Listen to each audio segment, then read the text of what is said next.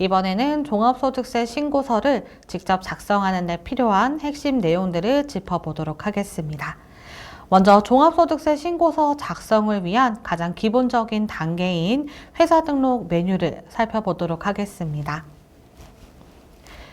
회사 등록의 회사 정보의 법인 개인 구분란은 개인 사업자의 경우에는 개인으로 선택하고, 그리고 소득 구분 코드는 주업종에 맞춰서 올바르게 선택을 해주셔야 됩니다. 예를 들어서 주택 임대업을 운영하고 있다면 소득구분 코드를 30번 부동산이 아닌 32번 주택 임대를 선택해야 되며, 주택 임대에 해당하는 업종 코드를 등록해야 됩니다. 여기서 0번 비사업자는요, 사업소득, 부동산 소득, 주택임대 소득이 없고 이자, 배당, 근로, 연금, 기타 소득만 있는 경우에 선택해 주시면 됩니다. 만약 소득구분 코드와 주업종 코드가 맞지 않으면 전자신고 시에 소득구분 및 주업종 코드를 확인하시기 바랍니다라는 변환 오류가 발생하니까요, 꼭 소득구분 코드와 주업종 코드를 확인해 주시기 바랍니다. 다음으로 사업자 등록 번호를 입력할 때도 유의를 해야 되는데요. 입력한 사업자 등록 번호가 틀린 경우에는 붉은색으로 표기가 되니 사업자 등록 번호를 꼭 확인 후에 정확히 입력을 해주셔야 되는데, 하지만 맞는 사업자 등록 번호를 입력했다면 붉은색으로 표기되는 사항은 넘어가 주시면 됩니다.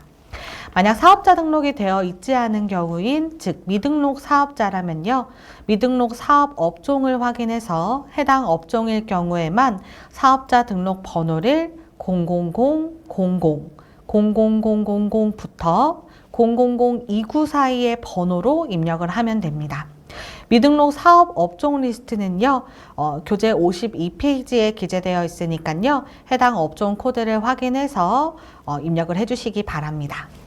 추가적으로 공동사업장을 운영하는 경우에는 공동사업장 여부 항목을 여로 설정하시면 되고, 업종 코드는 수익 금액이 가장 큰 주업종 코드를 설정하고 소득구분 코드와 일치하는 코드를 입력해야 합니다. 그리고 종합소득세는 대표자 정보도 중요한데요. 공동대표 여부와 관계없이 신고서를 작성하는 본인의 정보를 입력해야 합니다. 또 대표자 정보의 주소와 전화번호는 종합소득세 신고서에 반영되고, 개인사업자의 인적등록 사항이 누락이 되면 전자신고 시에 오류가 발생하니 반드시 입력을 해주셔야 합니다. 그리고 추가사항 탭에 중소기업 여부도 중요한데요. 이 설정은 기업 업무 추진비 조정 명세서의 한도에 반영되고, 연구 및 인력개발비 발생 명세서의 공제율에 반영되니 올바르게 선택을 해주셔야 됩니다. 이렇게 회사 등록의 정보를 모두 확인하였다면 상단에 저장 버튼을 클릭해서 저장을 해주시면 됩니다. 그리고 교재 77페이지에 신고 유형에 따라서 회사 등록 여부와 종합소득세 신고서 작성 방법에 대한 예시가 11가지가 기재되어 있습니다. 해당 페이지는 메모를 해두셔서 종합소득세 신고 전에 다시 한번 확인해 주시면 좋을 것 같습니다. 다음은 간편정보 소득금액 계산서 메뉴를 살펴보도록 하겠습니다. 해당 메뉴 상단에 세로 불러오기를 클릭해서 초록색으로 표기된 항목은 총수익 금액 및 필요경비 명세서 메뉴에 작성한 내용을 반영을 하고요. 그 외 불러오지 않는 항목의 금액은 직접 입력을 해주시면 됩니다. 특히 기부금의 경우에는 불러오기가 되지 않으니까요, 해당 란에 금액을 입력해 주시면 됩니다. 그리고 간편정보 작성 시에 주의하셔야 하는 점은 이중 작성을 하지 않아야 하는 부분입니다. 현재 작성된 회사는 더존식품이라는 회사에서 서식을 작성했는데요. 합산하는 다른 회사가 있는 경우 해당 회사에서 더존식품에 대한 간편정보 서식을 또 한 번 작성하면 종합소득세 신고 시 간편정보 서식이 이중으로 첨부되어 홈택스에서 오류가 발생하기 때문에 한 곳에서만 작성을 해주셔야 합니다. 이어서는 추계신고서를 작성하는 경우 관련 서식들에 대해 살펴보겠습니다. 먼저 기준경비율을 적용하는 경우에 작성하는 추계소득 금액 계산서 메뉴를 살펴보겠습니다. 해당 서식은요, 사업장별 또는 업종별로 작성을 해야 하며 사업장이 2개 이상인 경우에는 각각 구분해서 입력을 해야 됩니다. 그리고 동일 업종 코드에서 발생한 소득이 2개 이상이면은 합산해서 입력을 해야 되고, 화면에 3번과 4번 라인처럼 동일 사업자 등록 번호로 업종 코드가 2개 이상인 경우에는 업종 코드별로 각각 작성을 해야 됩니다. 추계소득금액 계산서에서는 업종별로 구분해서 작성을 하고요. 간편장부 서식 작성 시에는 소득 구분별로 입력해야 한다는 차이점이 있으니까요. 이 점 꼭 기억해 주시기 바랍니다. 그리고 기준경비율과 단순경비율은 업종 코드에 따라 자동으로 반영되고 업종 코드의 일반율로 우선 적용되기 때문에 자가율의 경우에는 직접 변경을 해주시면 됩니다. 그리고 복식부기 의무자가 추계로 신고하는 경우에는 하단에 기획재정부령으로 정한 비율을 복식부기 의무자 3.4배로 선택해 주시면 자동으로 계산됩니다. 다음은 간편장부 대상자로서 단순경비율을 적용하여 신고하는 경우를 살펴보도록 하겠습니다. 단순경비율의 경우에는 종합소득세 신고서 메뉴에서도 신고가 가능하지만 종합소득세 신고서 단순, 근로, 연금, 기타 메뉴에서도 간편하게 작성해서 신고할 수 있습니다. 해당 메뉴 상단에 새로 불러오기 시에 회사 등록의 기본 사항과 인적 사항을 불러올 수 있고요. 신고하려는 소득에 해당하는 탭을 작성해 주시면 됩니다. 사업소득 명세 탭에서는 수익금액을 입력하고 단순경비율의 일반율과 자가율 중에서 선택할 수 있습니다. 특히 해당 탭에서는요, 인적용역 사업자의 경우에 단순경비율 계산금액이 이상한데요 라는 문의가 많은데요.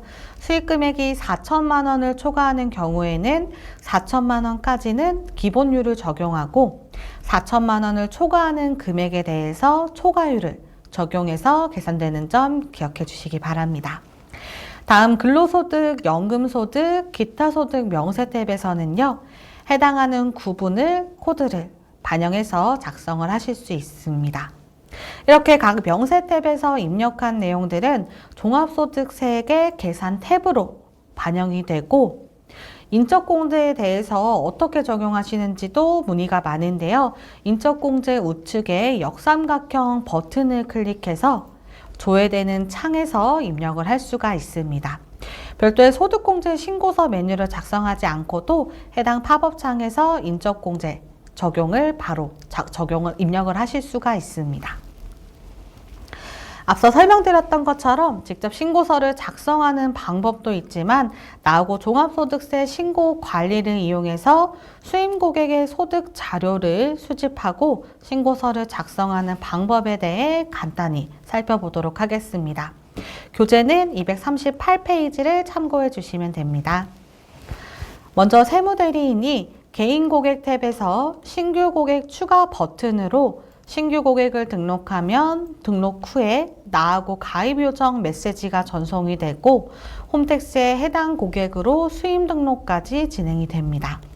이때 나하고 가입 요청을 원치 않으신다면 하단에 나하고 모바일 가입을 요청합니다 체크박스를 해제하면 가입 요청 없이 신규 등록만도 가능하고요.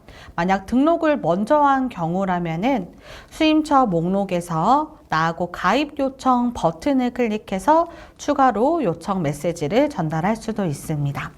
그럼 해당 메시지를 받은 고객이 어떻게 가입하고 진행할 수 있는지 교재를 보면서 설명드리겠습니다.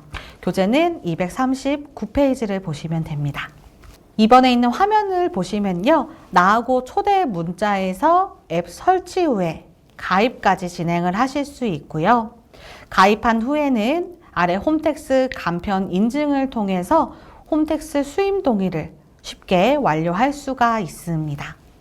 그럼 이렇게 쉽게 회원가입을 하고 인증을 통해 수임 동의까지 완료했다면은 세무회계 사무소에서는 어떻게 확인하고 신고서를 작성할 수 있는지 살펴보도록 하겠습니다.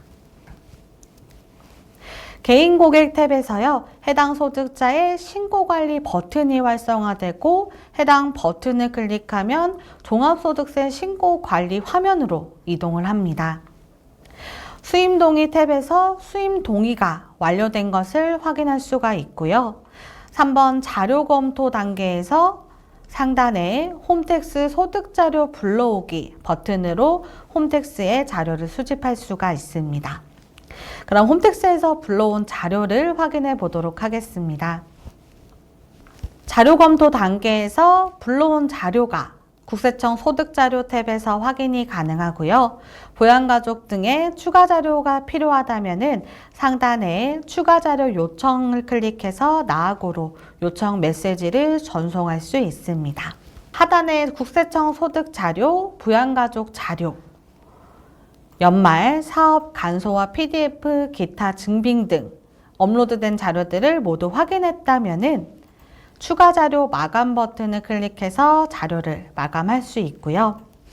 해당 자료를 토대로 신고서로 적용하려면 종합소득세 신고 진행 상태를 4번 신고자료 입력 단계로 이동을 해서 오른쪽에 신고자료 입력 완료 여부를 ON으로 변경을 하시면 되고, 이후에는 상단에 소득금액 전송 버튼을 클릭해서 전송 대상 신고서를 확인 후에 전송 버튼을 눌러서 종합소득세 신고를 완료할 수 있습니다. 이때 전송할 회사에서는요, 해당 회사가 아닌 합산할 회사를 선택을 해서 전송 버튼으로 해당 합산할 회사 쪽으로 신고서를 전송할 수도 있습니다. 전송한 후에는요, 신고서로 바로 가기 버튼을 클릭하면은 방금 전송한 신고서 메뉴로 이동이 되고, 전송된 자료를 바탕으로 종합소득세 신고서를 작성을 하고 마감해서 전자신고까지 진행하실 수 있습니다. 그럼 신고가 완료가 되면은 전자신고 후에 납부서랑 접수증을 확인을 해야 되는데요. 다시 종합소득세 신고 관리에 좌측 전체 수임 고객에서 신고 현황의 신고 완료 단계로 이동을 합니다. 그러면 완료된 해당 소득자를 선택해서 하단의 액션바에 홈택스 접수증 납부서 수집을 통해서 접수증과 납부서를 수집할 수 있고요. 수집된 접수증과 납부서는 나하고 전송 버튼을 통해서 고객에게 전송하실 수가 있습니다.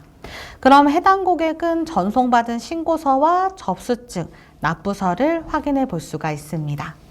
나하고의 뛰어난 기능들을 활용해서 종합소득세 신고 업무를 더욱 빠르고 간편하게 처리할 수 있습니다. 다음 순서는요, 앞서 안내드린 추계신고 외에 장부를 기장하는 외부조정 신고와 관련된 메뉴들을 알아보겠습니다. 교재는 101페이지를 참고해 주시면 됩니다. 외부 조정의 경우에는 표준 재무제표는 필수 서식이기 때문에 반드시 작성을 해주셔야 되는데요. 법인 조정 신고 때 많이 보셨던 표준 재무제표 메뉴는 익숙하실 텐데, 개인 조정 신고에서는 여기에 더해 표준 합계잔액 시산표 메뉴도 작성을 해주셔야 됩니다. 그래서 표준 합계잔액 시산표 메뉴를 기준으로 설명드리도록 하겠습니다. 상단에 새로 불러오기 버튼으로 회계관리의 합계잔액 시산표 메뉴, 표준용 데이터를 불러올 수 있고요. 불러올 때는 계정과목 및 적요 등록 메뉴에 표준용 코드를 기준으로 반영이 되기 때문에 혹시나 누락된 계정이 있다면 표준용 코드를 확인해 주시기 바랍니다. 그리고 합계잔액 시산표에는요, 자본금과 당기순이익이 구분이 되어 표기가 되고, 당기순 손익에서 당기순 이익이라면은 차변 합계 금액이 반영되고, 당기순 손실일 경우에는 대변 합계에 반영이 됩니다. 그리고 반영된 상품 매출 원가란의 금액은 표준 손익계산서의 모든 매출 원가의 합계 금액이 표기가 되고요. 제조, 공사, 기타 원가라는 매출 원가가 아닌 표준 원가 명세서의 각 원가별 단기 제조 원가 합계 금액이 표기가 됩니다. 표준 합계잔액 시산표와 각 재무제표와의 금액이 상이한 경우에는 마감이나 전자신고 시에 오류가 발생하니까요, 각 서식별로 금액이 동일한지 확인을 해주셔야 됩니다. 또한 해당 서식도 법정 세무 서식이기 때문에 상단의 편집 버튼으로 금액은 수정이 가능하지만 계정 과목명 변경 또는 추가는 불가능한 점 기억해 주시기 바랍니다. 그럼 표준재무제표 작성이 완료가 되었으니까요. 수익금액 관련 서식을 작성을 해보도록 할 텐데요. 수익금액 관련 서식은 총 수익금액 조정 명세서와 조정 후 수익금액 명세서 메뉴를 작성합니다. 먼저 총 수익금액 조정 명세서 메뉴를 살펴보도록 하겠습니다. 1번 수익금액 조정계산서 총괄 탭에서 계정 과목 코드를 반영을 해서 금액을 직접 입력을 하시거나 아니면은 상단에 매출 조회 기능을 활용해서 입력된 매출액과 영업의 수익을 조회해서 적용을 할 수도 있습니다. 다음은 조정 후 수익금액 명세서 메뉴를 살펴볼 건데요. 상단에 세로 불러오기로 앞서 작성했던 총 수익금액 조정 명세서 금액을 불러올 수 있고, 이때 부가가치세 과세 표준 수익금액은 부가가치세 신고서에 저장된 데이터가 자동으로 반영됩니다. 하단에 부가가치세 과세 표준과 수익금액 차액 검토 항목을 살펴보면요. 상세보기 버튼을 통해 신고서 과세 표준에서 부가가치세 신고서에 저장된 수익금액을 확인할 수 있습니다. 부가가치세 과세 표준의 합계와 수익금액에 차액이 발생하는 경우에는 우측의 차액에 대한 상세 내역을 증가와 감소란에 과목과 금액별로 직접 입력을 해주셔도 되고, 설정에서 불러오기 조건을 설정한 후에 차액 금액을 점표해서 불러오실 수도 있습니다. 그럼 다음으로는 주요 작성 서류에 대해 알아보겠습니다. 주요 작성 서류에 대해서는 문의가 많은 부분을 중점으로 안내해 드리도록 하겠습니다. 먼저 업무용 승용차 관련 비용 명세서 메뉴입니다.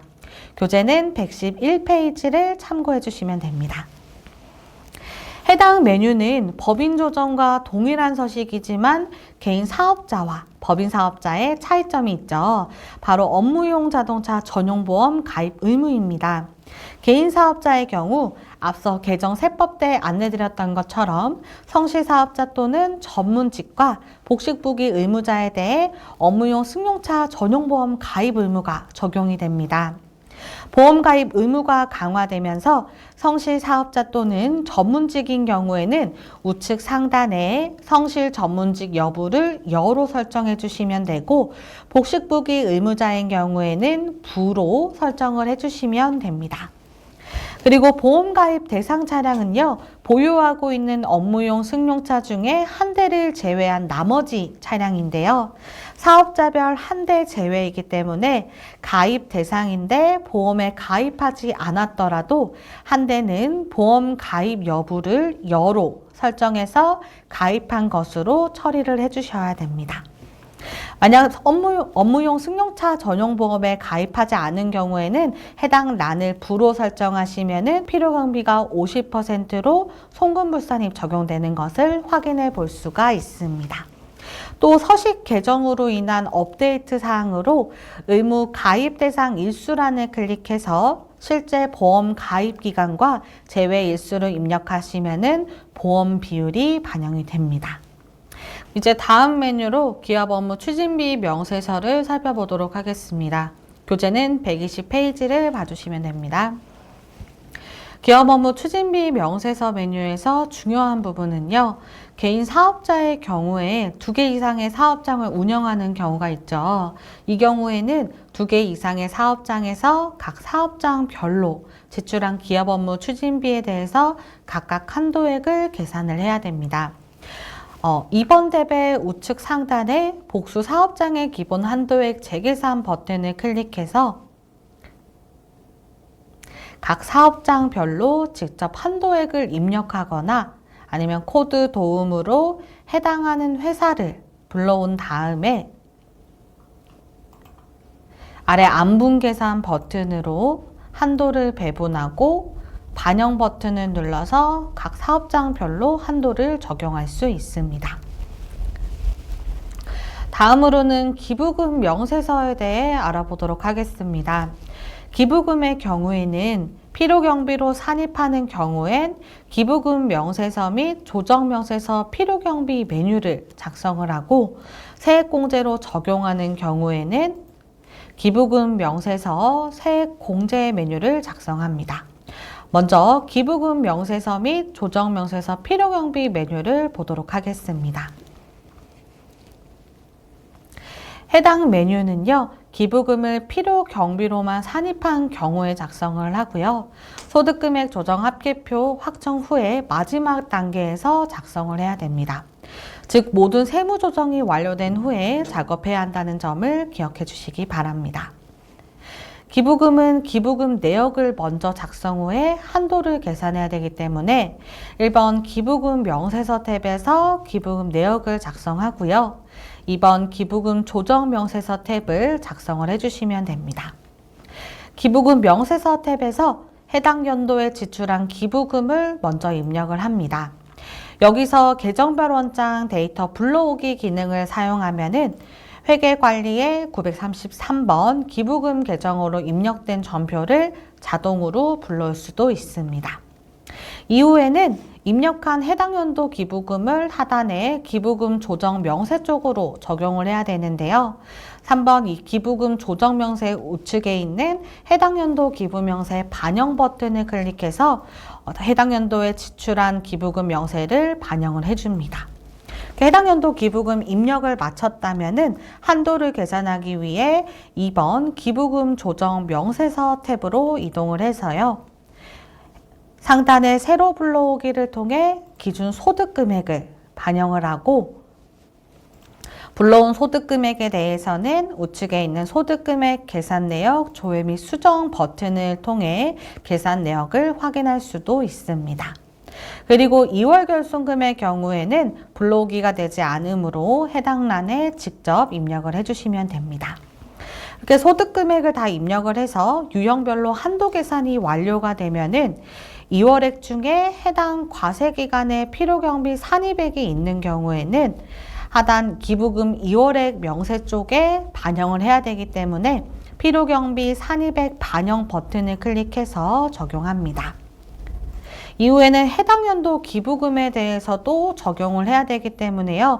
상단에 기부금 명세서로 공제금액 반영 버튼을 클릭해서 1번 기부금 명세서 탭에 기부금 조정 명세 쪽으로 해당 연도 공제금액을 적용을 해주시면 됩니다. 그럼 다음은요, 기부금을 필요경비가 아닌 세액공제로 적용하려는 경우에 작성하는 기부금 명세서 세액공제 메뉴를 확인해 보도록 하겠습니다. 기부금 명세서에 대해서 설명드린 필요경비 서식과 세액공제 서식을 동시에 작성하시는 경우가 많아서 두 서식을 같이 설명드리고 있고요. 앞서 말씀드린 것처럼 필요경비랑 세액공제 서식이 나눠져 있기 때문에 해당 사업장에서 기부금에 대해서 어떻게 처리할지를 꼭 확인 후에 해당 서식에 맞게 작성을 해주셔야 됩니다. 해당 메뉴 작성 순서는요, 먼저 해당 연도에 지출한 기부금을 해당 연도 기부 명세 탭에 입력을 하게 되면은 합계란에 금액이 자동으로 반영이 되고, 그 다음에 기부금 조정 명세 쪽으로 반영을 하기 위해서 해당 연도 기부 명세 반영 버튼을 클릭해서 앞서 입력한 해당 연도 기부 내역을 반영을 해주시면 됩니다. 이후에 한도 계산을 위해서 소득의 종류란에서는 현재 작성 중인 해당 신고서를 선택하고요. 이후에는 기부금 참고 버튼을 클릭해서 선택한 신고서에 소득 금액을 불러와서 세액 공제 금액을 확인하고 확인한 후에는 아래 반영 버튼을 클릭해서 해당 연도 공제 금액과 공제받지 못한 금액으로 적용을 하실 수 있습니다. 다음은 조정계산서 메뉴를 살펴보도록 하겠습니다. 교재는 132페이지를 봐주시면 됩니다.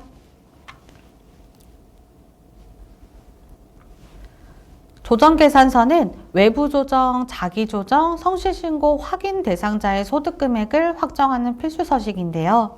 해당 서식은 표준 재무제표와 수익금액이 확정되고 과목별 세무조정까지 완료가 되어 소득금액 조정 합계표에 소득처분이 모두 완료된 후에 작성을 해야 됩니다. 먼저 소득 구분 선택란은요, 회사 등록에서 입력한 소득 구분과 일치를 해야 되고, 대리 구분은 기장 또는 신고로 선택하고, 자기 조정을 선택할 경우에는 하단에 세무 대리인란이 자동으로 삭제가 됩니다. 그리고 불러온 금액을 확인했을 때요, 결산서상 당기 순이익은 표준 손익계산서의 당기 순손익 항목에서 불러오기가 되고, 소득 조정금액란은 소득금액 조정 합계표에 조정 사항을 반영합니다.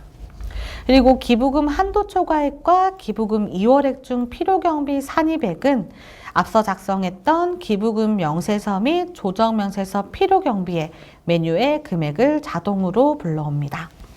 그리고 신고서를 작성하는 세무대리인과 세무조정을 한 세무대리인이 다른 경우에는 하단에 타세무대리인 등록 버튼을 클릭해서 타세무대리인 등록을 작성을 해주시면 됩니다. 그러면 해당 메뉴에 반영된 소득금액이 종합소득세 신고서의 소득금액으로 반영이 됩니다. 이어서는 공동사업자 소득분배 명세서 메뉴에 대해 살펴보도록 하겠습니다. 해당 명세서는요, 회사 등록 메뉴에서 공동사업자 여부를 여로 설정한 경우에 작성하고 주 대표자가 해당 서식을 작성해서 제출을 해야 됩니다. 메뉴 상단에 새로 불러오기 버튼을 클릭하면 초록색으로 표기된 사항에 대해서 신고 유형별로 해당하는 서식에서 자료를 불러옵니다. 공동사업소득금액은 신고 유형별로 반영이 되고요. 우측 상단 더보기에 참고 자료에서 불러오는 자료를 확인해 보실 수가 있습니다. 그리고 분배 비율은 합계가 100%가 되도록 설정을 해야 되고요. 소수점 이하 2자리까지 입력을 하실 수 있습니다. 만약 차액이 발생하는 경우에는 차액 조정 버튼을 클릭해서 분배 비율이 가장 큰 사업자에게 차액을 자동으로 배분할 수 있습니다. 그럼 다음으로는 세액공제 관련 서식을 확인해 보도록 하겠습니다. 세액공제 중에서는 통합고용세액공제에 대해서 적용을 많이 받으실 텐데요. 이미 법인조정 세미나에서 설명해 드렸지만 꼭 알아야 할 핵심 내용만을 다시 한번 짚고 넘어가도록 하겠습니다. 통합고용세액공제, 공제세액 계산서 메뉴를 실행해서요, 상단에 근로자 수 불러오기 기능으로 근로자 고용 현황 메뉴에 저장된 자료를 불러올 수 있습니다. 하지만 1차년도 세제지원 요건까지만 반영되니 그 외 항목에 대해서는 직접 작성을 해주셔야 되는데요. 3차년도 세제지원 요건란은 해당 서식이 23년 귀속부터 제출하는 서식이기 때문에 24년 귀속은 해당되지 않으니까요. 작성하지 않도록 주의를 해주시기 바랍니다.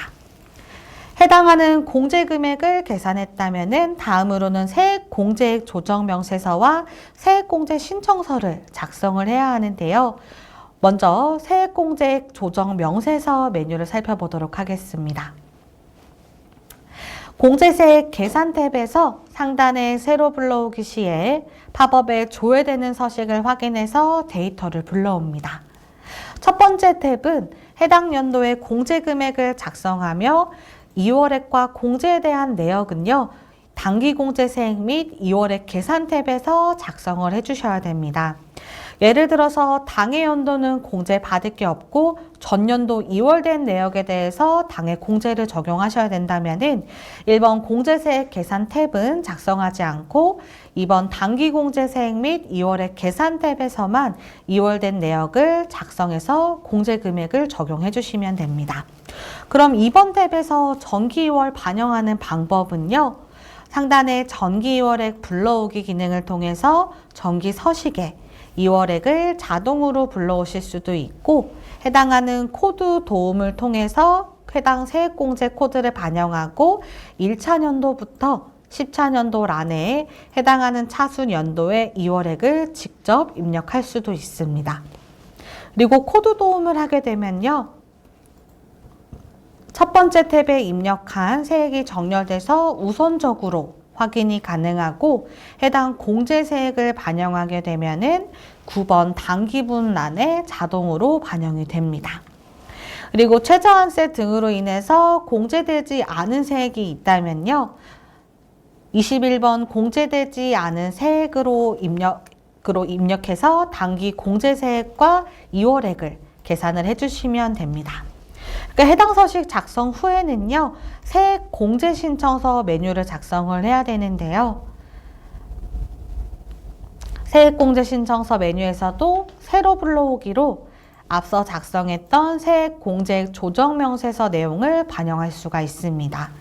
세액공제 신청서 서식도 당해 연도의 발생 및 공제세액을 작성하는 서식이기 때문에 앞서 예시 들어드렸던 것처럼 전년도 2월된 내역에 대해서 공제하는 경우에는 2월된 금액에 대해서는 해당 서식에 반영되지가 않습니다. 다음으로는 세액 감면 관련해서 많은 개인 사업자분들이 해당되는 중소기업에 대한 특별세액 감면을 중심으로 설명드리겠습니다. 해당 감면 적용 시에는 감면세액 조정 명세서와 세액 감면 신청서 서식을 작성을 합니다. 먼저 감면세액 조정 명세서 메뉴를 살펴보도록 하겠습니다.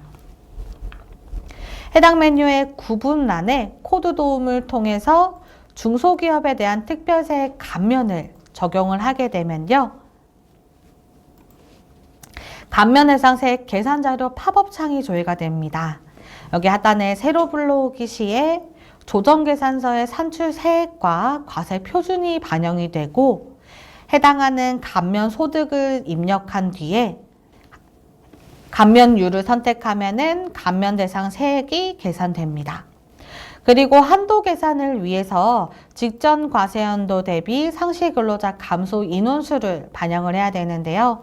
해당 란을 클릭하면 상시 근로자 수 계산 화면이 실행되고 해당하는 란에 인원수를 직접 입력하거나 아니면 하단의 근로자 고용 현황 불러오기 기능을 통해 근로자 고용 현황 메뉴에 계산된 인원수를 불러올 수 있습니다. 이때 상시 근로자 수가 없다고 공란으로 두시는 경우가 있는데요. 해당 과세 기간에 속한 월의 인원은요, 공란으로 두지 않고 0으로 입력을 해주셔야 됩니다. 그래서 인원수까지 반영을 했다면은 반영 후에 확인 버튼을 누르면은 감면 대상 세액으로 반영이 되고 최저한세 적용 감면 배제 금액을 차감한 금액이 감면 세액으로 반영됩니다. 그럼 그 다음에는 세액 감면 신청서를 작성을 해야 되는데요. 해당 메뉴를 실행해서 세로 불러오기 시에 105번 중소기업에 대한 특별세액 감면란에 감면 세액이 반영이 됩니다. 그리고 한도 충족 감면 세액란을 클릭하면요. 감면 한도 계산이라는 버튼이 활성화가 되는데요. 해당 버튼 클릭 후에 아래 감면세액 조정 명세서 불러오기 시에 우리가 앞서 작성했던 상시 근로자 수가 반영이 돼서 감면 한도가 계산이 됩니다. 확인 버튼을 누르면 계산된 한도가 9번 한도 충족 감면 세액란에 반영되는 것을 확인해 보실 수가 있습니다.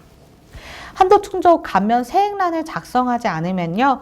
전자신고 시에 오류가 발생하기 때문에 앞서 설명드린 순서대로 각 단계를 꼼꼼히 진행해서 감면 금액과 한도를 정확하게 반영을 해주셔야 됩니다.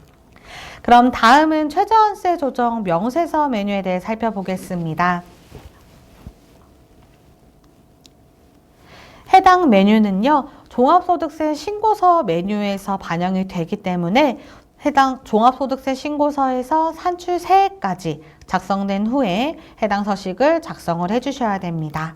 상단에 세로 불러오기 후에 불러오는 금액을 확인했을 때요. 결산서상 당기 순이익은 단일 소득인 경우에는 표준 손익계산서 금액과 동일하게 반영되지만 복수 소득인 경우에는 112번의 차감 소득 금액을 역산을 해서 계산된 금액이 반영됩니다. 그리고 세율란에 세율이 표기되지 않는다는 문의가 있는데요. 세율은 금융 및 주택 매매 소득의 경우에는 해당 란이 표시가 되지 않습니다. 그리고 최저한세 조정 명세서에서 가장 문의가 많은 세액 공제와 감면 세액란에 금액이 불러오지 않는다는 건데요. 법인의 경우에는 해당 란에 금액이 자동으로 반영되지만 개인의 경우에는 세액 공제 금액과 감면 금액을 직접 입력을 해 주셔야 됩니다. 그럼 종합소득세 신고서 메뉴에서는요, 이렇게 앞서 작성한 서식들을 토대로 신고서를 작성하실 수가 있는데요. 첫 번째 소득금액 탭부터 살펴보도록 하겠습니다. 신고 유형과 기장 의무는요, 가장 높은 신고 유형과 기장 의무를 선택을 해야 합니다. 상단의 신고 유형과 하단의 신고 유형이 다른 경우이거나 아니면은 신고 유형과 기장 의무를 다르게 선택하면은 오류가 발생하니까요, 꼭 정확하게 선택을 해주셔야 합니다. 만약 주택임대 분리과세와 비사업자를 함께 신고하는 경우에는 비사업자를 선택하게 되면 분리과세 주택 임대소득 결정세액 계산서가 누락되기 때문에 신고 유형은 8번 분리과세를 선택을 해주셔야 됩니다. 또 참고로 기장세액 공제 신청서를 작성하신 경우라면요, 기장세액 공제는 간편장부 대상자가 복식부기 기장을 한 경우에 받을 수 있는 공제이기 때문에 신고 유형은 자기조정, 외부조정, 성실 확인이어야 되고 기장 의무는 반드시 간편장부로 선택해 주셔야 기장세액 공제 금액을 적용할 수가 있습니다. 그리고 대리구분 삭제하는 방법에 대해서도 문의가 많은데요.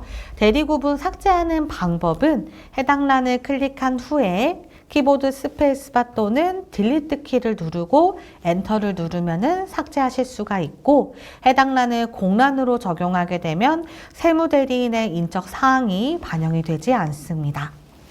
다음 아래 소득 기장 사업자 번호 항목을 보면요, 소득구분 코드란이 있습니다.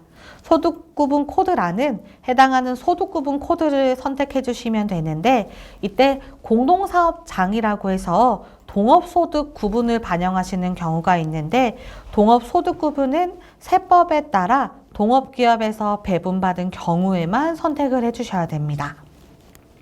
그리고 소득구분 코드 반영 후에 데이터를 불러오는 회사라는요, 앞에 간편장부 시에 안내드렸던 것처럼 대표자 주민등록 번호, 공동 여부, 그리고 동일한 회계기간을 확인을 해서 불러올 회사를 반영을 해주시면 됩니다. 이렇게 데이터를 불러오는 회사를 반영하게 되면 회사 등록의 인적사항과 신고 유형에 따라 해당하는 서식에서 금액이 반영이 됩니다. 근로소득이나 연금소득, 종교인 기타 소득은요, 총 수익금액 란에 금액을 입력하면은 필요경비가 자동으로 계산되어 반영되는데요. 이때 근로소득이 2건 이상인 경우에는 합산해서 필요경비를 재계산하기 때문에 계산된 금액을 근로소득 지급 명세서의 금액으로 수정하시면 안 되고요. 국외근로 등의 경우에는 자동 계산이 되지 않기 때문에 필요경비란을 사용자가 직접 입력을 해주셔야 됩니다.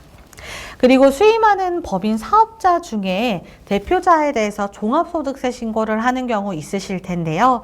그럼 법인회사에서 연말정산한 내역을 근로소득으로 반영을 해야 되는데, 근로소득으로 입력하는 경우에 데이터를 불러오는 회사에서 수임처 중에 해당 법인회사의 연말정산 내역을 불러올 수 있도록 차주 업데이트 예정이니까요, 참고해 주시기 바랍니다. 그리고 다음 공동사업장 여부라는요, 우리 회사 등록에서 공동사업장 여부를 여로 선택한 경우에 반영되는데요.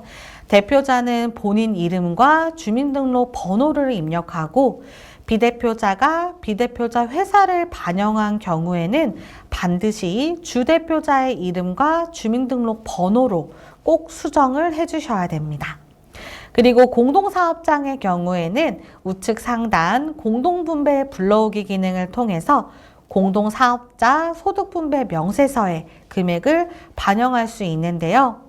다만 비대표자가 공제 감면 등으로 인해서 별도의 회사를 생성해 비대표자 회사를 적용해서 불러온 경우라면요, 비대표자는 공동사업자 소득 분배 명세서를 작성하지 않기 때문에 불러오기 시에 금액이 반영되지 않으니까 주대표자의 공동사업자 소득 분배 명세서를 확인해서 금액을 직접 입력을 해주셔야 됩니다. 다음 과세기간 개시일과 종료일 안에는요, 신고 유형별 첨부서식의 과세기간과 동일하게 반영을 해주셔야 되는데요. 복식부기 의무자가 단독에서 공동사업으로 변경되거나 공동사업에서 단독으로 변경된 경우에는 회사를 과세기간으로 구분해서 각각의 재무제표를 작성을 해주셔야 됩니다. 동일한 소득 구분과 동일한 사업자 번호로는 신고서 작성이 불가능한데요. 이렇게 과세기간이 다르면은 신고서 작성이 가능한 점 참고해 주시면 됩니다. 그리고 최저한세 적용란은 개인의 최저한세 적용 대상, 계산 대상은 사업 소득에만 해당되는데 부동산 임대나 동업 부동산에서 최저한세를 적용할 시에는 해당 란을 여로 설정하고 최저한세 조정 명세서를 작성을 해주시면 됩니다. 다음 두 번째 소득공제 등 탭에서는요. 상단의 세로 불러오기 버튼을 통해 소득공제 신고서의 내용을 자동으로 불러올 수 있습니다. 과거에는 소득공제 신고서가 제출 서식이었으나 현재는 제외돼서 해당 서식을 작성하지 않고도 종합소득세 신고서에 직접 입력하여 작성하는 것도 가능한데요. 16번 인적공제 대상자 명세 오른쪽에 역삼각형 버튼을 클릭해서 조회되는 팝업 창에서 부양가족과 추가공제를 직접 입력할 수 있습니다. 그리고 근로소득 등이 있는 경우에 연말정산 때처럼 간소화 PDF 업로드하는 기능이 없는지 문의가 많았는데요. 국세청 간소화 자료 입력 종소세 메뉴에서 간소화 PDF 업로드가 가능합니다. 그래서 국세청 간소화 자료 종소세 자료 입력 종소세 메뉴를 잠시 살펴보고 지나가도록 하겠습니다. 해당 메뉴에서는요. 상단에 국세청 간소화 PDF 업로드 버튼을 통해서 간소화 PDF를 업로드 하실 수가 있고요. 업로드 후에는 해당하는 탭을 클릭해서 업로드 정보를 확인하고 업로드된 내용을 상단의 소득공제 신고서 전송 기능으로 소득공제 신고서로 전송할 수가 있습니다. 그럼 다시 종합소득세 신고서 메뉴에 소득공제 등 탭으로 넘어와서는요. 상단에 세로 불러오기를 하면은 간소화 자료를 소득공제 신고서로 반영했고 그런 반영된 소득공제 신고서 자료를 불러올 수가 있습니다. 이번에는 금융소득 항목에 대해 알아보겠습니다. 개인별 이자 배당 합산소득이 2천만 원을 초과하거나 2천만 원 이하라도 국내에서 원천 징수되지 않은 이자 배당 소득이 있는 경우에 작성합니다. 금융소득 탭에 직접 입력도 가능하지만 엑셀 업로드 기능을 통해 업로드도 가능합니다. 금융소득에 대한 엑셀 파일은요. 소득자가 직접 홈택스 사이트에서 다운로드가 가능하고 해당 엑셀 파일을 전달받아서 업로드 하실 수가 있습니다. 엑셀 업로드를 클릭한 뒤에 홈택스에서 다운로드한 엑셀을 선택한 뒤 업로드를 해주시면 되는데요. 그러면 상호 제목 라인을 선택한 뒤에 엑셀 제목 설정을 통해 데이터 제목과 엑셀 제목을 매칭을 해주시면 됩니다. 참고로 해당 기능은 현재 위아고에서만 지원이 되고요. 이렇게 업로드를 하게 되면 소득구분 코드가 이자 또는 배당으로만 표시가 되기 때문에 소득구분 코드를 반드시 확인을 해서 업로드를 해주셔야 됩니다. 아래 확인 버튼을 눌러서 업로드를 하시면은 이렇게 업로드된 것을 확인해 볼 수가 있고요. 상호와 사업자 등록번호가 정상적으로 반영된 것을 볼 수가 있습니다. 해당 란을 클릭해 보면은 하단에 조회되는 소득구분 코드의 경우에는 상호랑 사업자 등록 번호가 필수 입력 사항이기 때문에 반드시 입력을 해주셔야 되는데요. 상호와 사업자 등록 번호 입력 시에 엑셀이나 이런 다른 자료에서 복사 붙여넣기로 작성한 경우에는 전자신고 시에 레코드 길이 오류가 발생할 수 있으니까요. 반드시 직접 입력을 해주시거나 방금 보여드린 기능처럼 엑셀 업로드해서 작성을 해주시기 바랍니다. 다음 배당 가산액 대상 금액 란을 클릭하게 되면은 아래 계산식을 확인할 수가 있는데요. 해당 산식으로 배당 가산액 대상 금액을 계산해서 정확하게 입력을 해야 됩니다. 입력 후에는 반드시 검증 버튼을 통해서 오류가 없는지를 확인해 주셔야 되는데요. 이렇게 해당식으로 배당 가산액 대상 금액을 계산하시는 거를 많이들 어려워하시는데요. 배당 가산액 대상 금액을 원 AI에게 요청을 하면은 AI가 대상 금액을 계산을 해줍니다. 상단에 원 AI 아이콘을 실행을 해서요. 저희가 지금 입력된 데이터를 기준으로 13번 소득이 1,500만 원이고 21번 소득이 3,500만 원일 경우에 배당 가산액 대상 금액은 이라고 물어보면은 이제 원 AI가 해당하는 계산식을 토대로 배당 가산액 대상 금액을 알려줄 겁니다.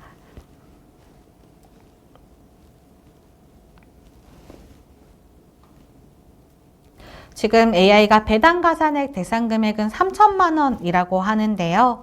그러면은 계산해준 배당 가산액 대상 금액을 직접 입력을 하고 검증을 한번 해보도록 하겠습니다. 검증 버튼을 누르면은 금액 오류 없음으로 이렇게 오류가 발생하지 않죠. 이렇게 원 AI에게 내가 원하는 값을 물어보면은 학습을 시키고 원하는 값을 요청을 하면은 답을 받아볼 수가 있고요. 이렇게 AI를 활용해 보실 수 있는 프롬프트를 참고해 주시기 바랍니다. 다음 네 번째 결손 원천징수 탭 살펴보도록 하겠습니다. 첫 번째 2월 결손금 명세서 를 확인해 보면요. 2월 된 결손금 금액을 발생 금액과 단기 공제 금액으로 나누어서 입력을 해주시면 되고 입력된 단기 공제 금액은 결손 공제 및 준비금 탭에 2월 결손금 공제 금액으로 반영됩니다. 그리고 좌측 보시면은 부동산 임대소득과 사업소득이 구분되어 있기 때문에 해당 구분을 별도로 구분해서 입력을 해주셔야 되고 다음 아래쪽에 있는 사업소득에 대한 원천징수 및 납세조합 징수세액은요. 원천징수 의무자와 납세조합의 사업자 등록번호를 반드시 입력을 해주셔야 됩니다. 간혹 미등록 사업자 번호인 우리 00000, 00000과 같은 잘못된 번호를 입력하거나 아니면 사업자 등록번호를 중복으로 입력하시는 경우가 있는데요. 이 경우에는 전자신고 시에 오류가 발생하니까 꼭 정확한 사업자 번호를 입력을 해주셔야 됩니다. 다음 다섯 번째 결손공제 및 준비금 탭을 살펴보도록 할 건데요. 해당 탭에서 문의를 많이 주시는 내용이 결손일 때 문의사항이 많아서 저희가 결손이 발생하는 회사 기준으로 전환을 해서 한번 살펴보도록 하겠습니다. 3번 부동산 임대업 외에 사업소득 2월 결손금 공제금액 란에는요. 사업소득 금액이 결손인 경우에 공제 순서대로 자동으로 공제가 되어 반영되고 소득별 소득금액 란으로 금액이 반영됩니다. 그리고 4번에 있는 부동산 임대업 2월 결손금 단기공제액 란은요. 부동산 결손금액은 다른 소득에서 공제할 수가 없고 부동산 소득에서만 결손공제가 가능하고요. 부동산 임대업의 소득금액이 결손인 경우에는 1번 소득별 소득금액 란이 0원으로 표시가 되고 2월 결손금 명세서에 부동산 소득으로 2월 결손금 발생 내역에 입력을 해주시면 됩니다. 부동산 소득이 결손인 경우에 1번 소득별 소득금액 란에 금액이 반영되지 않는다는 문의가 많으니까요. 결손인 경우에는 해당 란이 0원으로 반영되는 점 기억해 주시기 바랍니다. 다음 5번 란에 있는 결손금, 2월 결손금 공제 후 소득금액 란에는요. 다른 소득금액에서 공제한 후에도 결손금이 남는 경우에는 0원으로 입력을 하고 남은 결손금에 대해서는 2월 결손금 명세서에 사업란 2월 결손금 발생 내역에 입력을 해주시면 됩니다. 그리고 사업소득이 결손이고 이자소득과 배당소득이 있는 경우에는 5번 란에 있는 금액이 2천만 원이 되도록 2번 결손금 공제금액란을 직접 편집을 해서 5번 란에 2천만 원을 남겨주시도록 편집을 해주셔야 됩니다.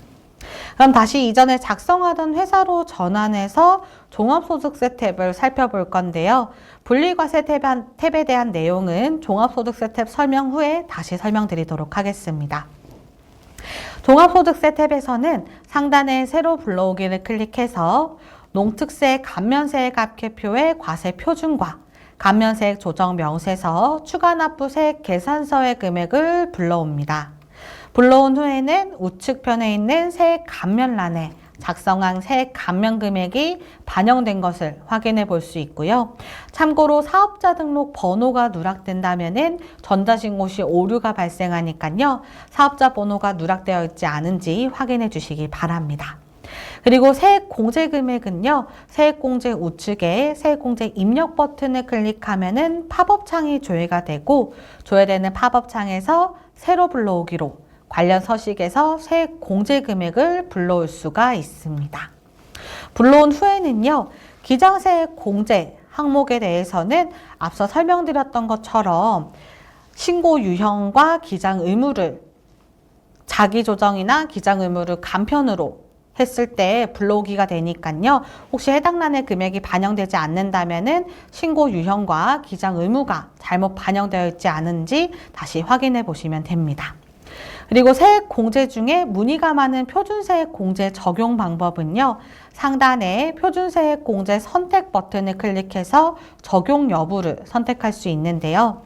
근로소득이 있는 거주자이며 특별소득세액 공제인 월세액 공제를 신청하지 않은 경우에는 13만 원이 적용이 되고 소득세법상 성실 사업자가 의료비, 교육비, 월세액 공제를 받지 않은 경우에는 12만 원을 공제받습니다.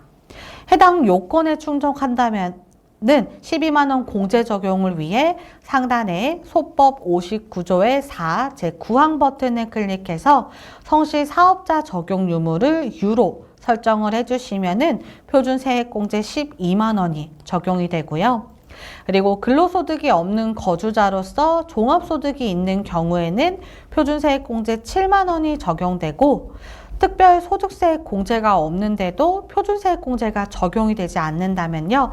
회사 등록의 거주 구분이 비거주자로 되어 있지 않은지 확인해 주시기 바랍니다. 그리고 성실신고 서식에서 교육비 명세와 의료비 명세를 작성을 했는데도 해당 세액공제가 반영되지 않는다는 문의가 있는데요. 성실 교육비 의료비는 세액공제액 조정명세서 서식에서 불러오고 특별 세액공제의 의료비 교육비가 아니라 하단에 조세특례제한법상 세액공제의 성실사업자 교육비, 의료비로 불러옵니다. 그렇기 때문에 불러오지 않는다면은 세액공제액 조정 명세서에서 해당 금액을 반영했는지를 확인해 주시기 바랍니다. 그리고 세액공제 한도의 검증 버튼을 통해서 특별세액공제에 대한 한도 금액을 검증을 할 수 있는데요. 특히 특별세액공제인 보험료, 의료비, 교육비는 근로소득에 대한 종합소득 산출세액 한도로 공제가 되기 때문에 한도 초과 시에 공제금액 확인 메시지와 함께 변환 오류가 발생하니까요. 꼭 검증 후에 신고를 해주시기 바랍니다. 그리고 세액공제 명세서 창은 종료하고 불러온 금액을 확인했을 때요. 세율란에 표기가 되지 않는다고도 문의가 매년 많은데요. 금융소득이 있는 경우에는 비교 산출세액을 반영하기 때문에 세율이 표기가 되지 않고 해당하는 금액은 금융소득세액 탭에서 확인을 해보실 수 있습니다. 그리고 분납할 세액은 자동으로 적용되는데요. 분납할 세액이 2천만 원 이하 시 1천만 원 초과 금액을 분납할 수 있고 납부할 세액이 2천만 원을 초과한 경우에는 세액의 50% 이하 금액을 분납할 수 있습니다. 만약 분납을 원하지 않는다면요. 분납할 세액란에 숫자 0원을 입력을 하시면은 분납하지 않고 전액 납부할 세액으로 반영할 수 있습니다. 그리고 추가로 스톡 옵션으로 주식 매수 선택권 행사이익 관련 명세서를 작성을 하셔야 된다면은 상단 추가 입력 버튼을 클릭해서 주식 매수 선택권 적용 여부에 여로 설정을 하시면은 상단에 주식 매수라는 버튼이 활성화가 되고요. 해당 버튼을 클릭해서 주식 매수 선택권 관련 명세서를 작성할 수 있습니다. 다음 종합소득세 신고서 탭 설명할 때 말씀드리지 않은 분리과세 탭에 대해서 설명드리도록 하겠습니다. 주택 임대소득 총 수익 금액이 2천만 원 이하인 경우 종합과세와 분리과세 중에 선택할 수 있는데요. 다른 소득이 있는 경우에도 주택 임대소득에 대해서만 분리과세를 선택할 수 있습니다. 이때는 종합소득세 신고서 메뉴에 분리과세 탭을 작성을 해주시면 되는데요. 간주임대료 미대상 임대물건을 직접 입력하는 경우에는 좌측의 코드란의 501번부터 999번 사이의 코드를 직접 반영해서 우측의 내역을 입력을 할 수 있는데요. 만약 근데 이제 간주임대료 대상 임대물건지가 있으면은 간주임대료를 계산을 해야 되는데 이때는 부동산 임대보증금 총 수익금액 메뉴에서 작성을 해서 간주임대료를 반영할 수가 있습니다. 해당 메뉴에서 주의하셔야 할 점은요. 상단의 1번과 2번 탭은 30번 부동산 임대소득의 경우에 작성을 하는 탭이고 3번 주택 탭은 32번 주택 임대소득의 경우에 작성을 해야 됩니다. 소득구분과 첨부한 서식이 일치하지 않으면은 전자신고 시에 변환 오류가 발생하는데요. 특히 부동산 임대와 주택 임대를 겸업하는 경우에는 소득 구분이 다르기 때문에 회사를 구분해서 각 소득 구분에 맞는 서식을 작성하고 첨부를 해주셔야 됩니다. 3번 주택 탭은요. 우리 주택 임대소득이 있는 경우에 종합소득세 신고서를 작성하는 회사에서 작성을 해야 됩니다. 간혹 여러 회사에서 각각 작성하시는 경우가 있는데요. 반드시 종합소득세 신고서를 작성하는 회사에서만 작성을 해주셔야 됩니다. 주택개별 등록 탭부터 먼저 살펴보는데요. 주택개별 등록에서 아래쪽에 주택 구분명과 사업자 번호를 입력해서 우측에 임대 내역을 입력을 하거나 불러오기 기능으로 반영하실 수 있습니다. 불러오기 기능은 면세 수익금액 검토표에서 불러오기 기능을 통해서 주택임대 사업자 수익금액 검토표 데이터를 반영할 수 있고요.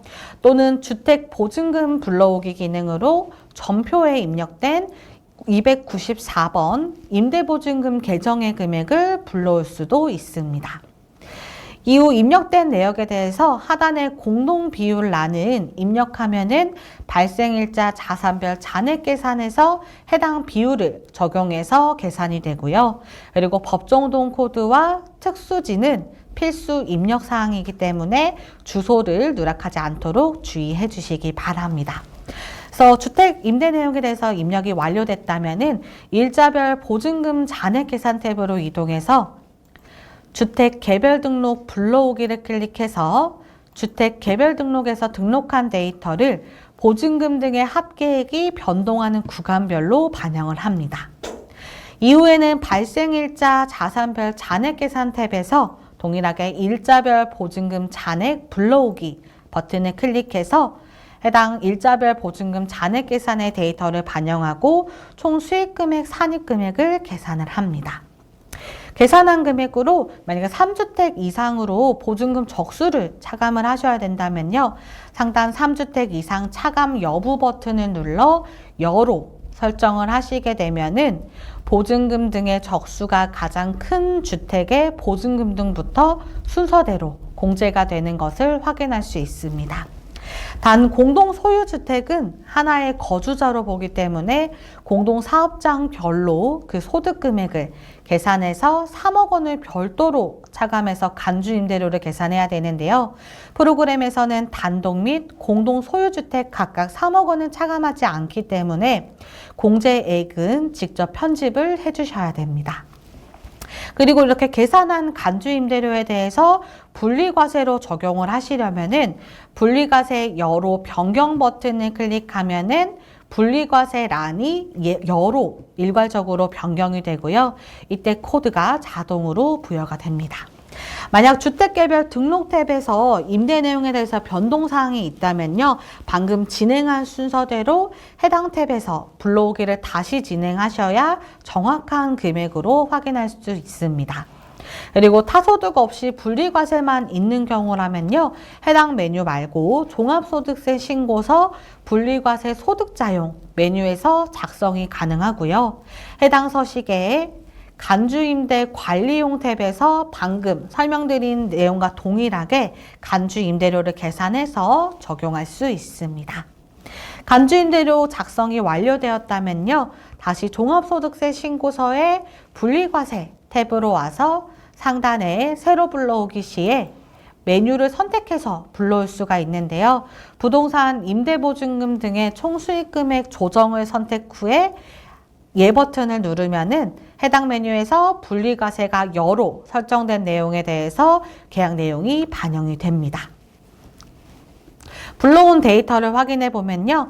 좌측에 등록주택 여부를 설정을 해주시면 되고 설정한 내용에 따라 우측에 내역이 계산이 자동으로 진행이 되는데요.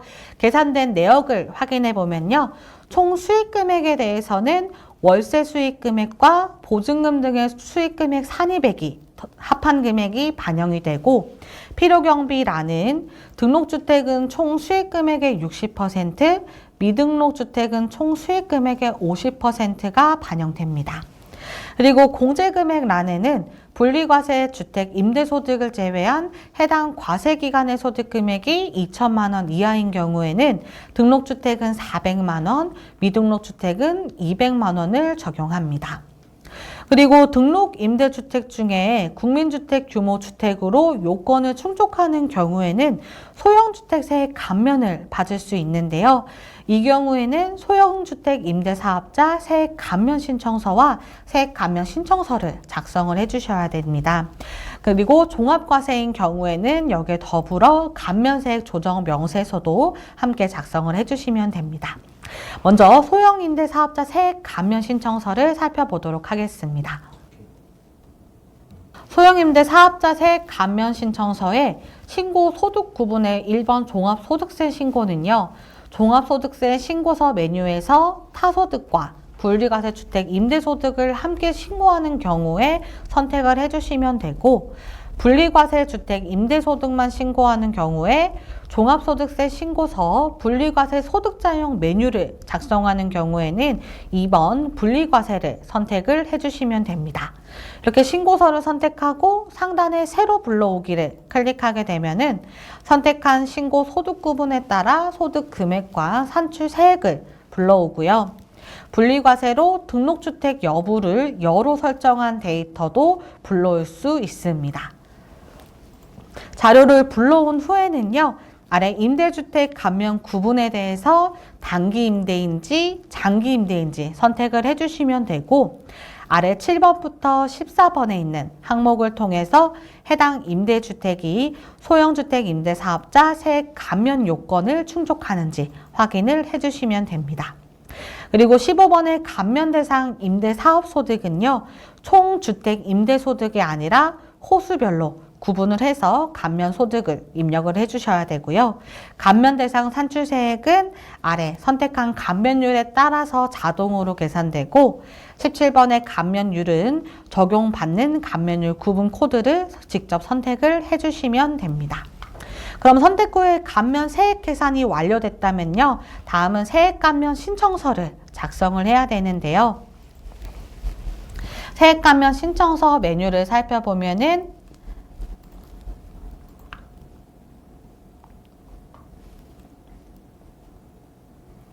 선택사항이 3가지가 확인이 됩니다.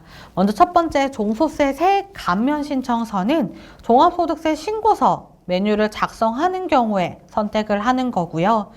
선택 두 번째인 분리과세 주택 임대소득은요.